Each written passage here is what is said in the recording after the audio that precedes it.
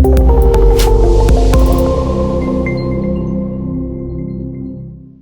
everybody, Tim Furlong coming back at you from My Quarter Turns. So it's no secret that I'm a huge music fan. I love music, particularly live music. And I was going to see the concert with Paul McCartney.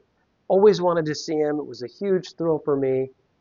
But I have to be honest with you, in the back of my mind, I was a little concerned.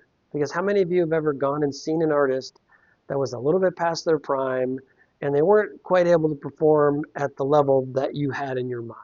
And when I saw the concert, I got to tell you, I was absolutely blown away. This guy plays way younger than he really is. He was amazing. He plays for, I don't know, well over 2 hours. He doesn't take a break. He doesn't even take a sip of water, right? Which is amazing to me because that's hard to do under hot lights. And he sounded unbelievable. I mean, this guy was just going for it. And so anytime there's a lesson or something that stands out to me, I think there's a lesson I can learn. And I share those with audiences and I share those with groups. So there's a few things I learned from Paul McCartney that day about leadership. The first one is this. He gives people what they want. There was a couple of songs that he played that were well over 50 years old. And I know this from being a performing artist. There are some songs you probably just don't get that excited about playing. I'm sure he doesn't really enjoy playing some of those early Beatles songs that he wrote when he was a teenager. But you know what? I heard him say one time in an interview, there are people that have waited their whole lives to see me. And yeah, there are some songs I don't really enjoy as much as others. But you know what? It's not about me. It's about those people getting to experience something that they've wanted to for a long time. In your business, you have to give people what they want. Yes, you want to grow. Yes, you want to change. Yes, you want to evolve. But there are certain core audience that follow you and your business that they just want what they've always wanted. And so, yes, grow and expand. Also, make sure that you stay true to who you are.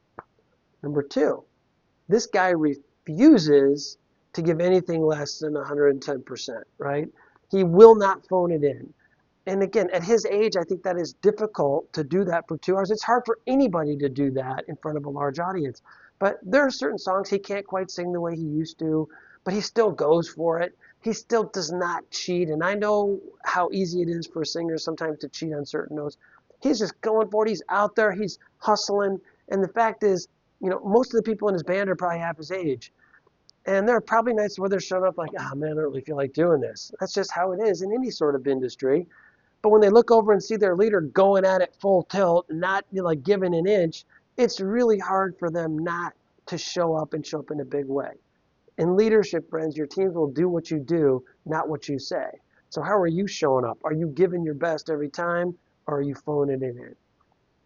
And lastly, he is in the moment. He is present, engaged in the moment, and he does not take that for granted. I think so often in our businesses and in our lives, we're thinking about what's next. We're thinking about something else. Instead, for a while, sometimes learn to be where your feet are. Be present. Be in the moment with that conversation, with that individual, with that prospect, with whomever you're, with your person outside the workplace that you care about so much. Be present. Be in the moment. So those are 3 lessons in leadership I learned from Sir Paul McCartney that I think you can apply to your business and your life. Until next time, here's to you and your continued success, one quarter turn at a time.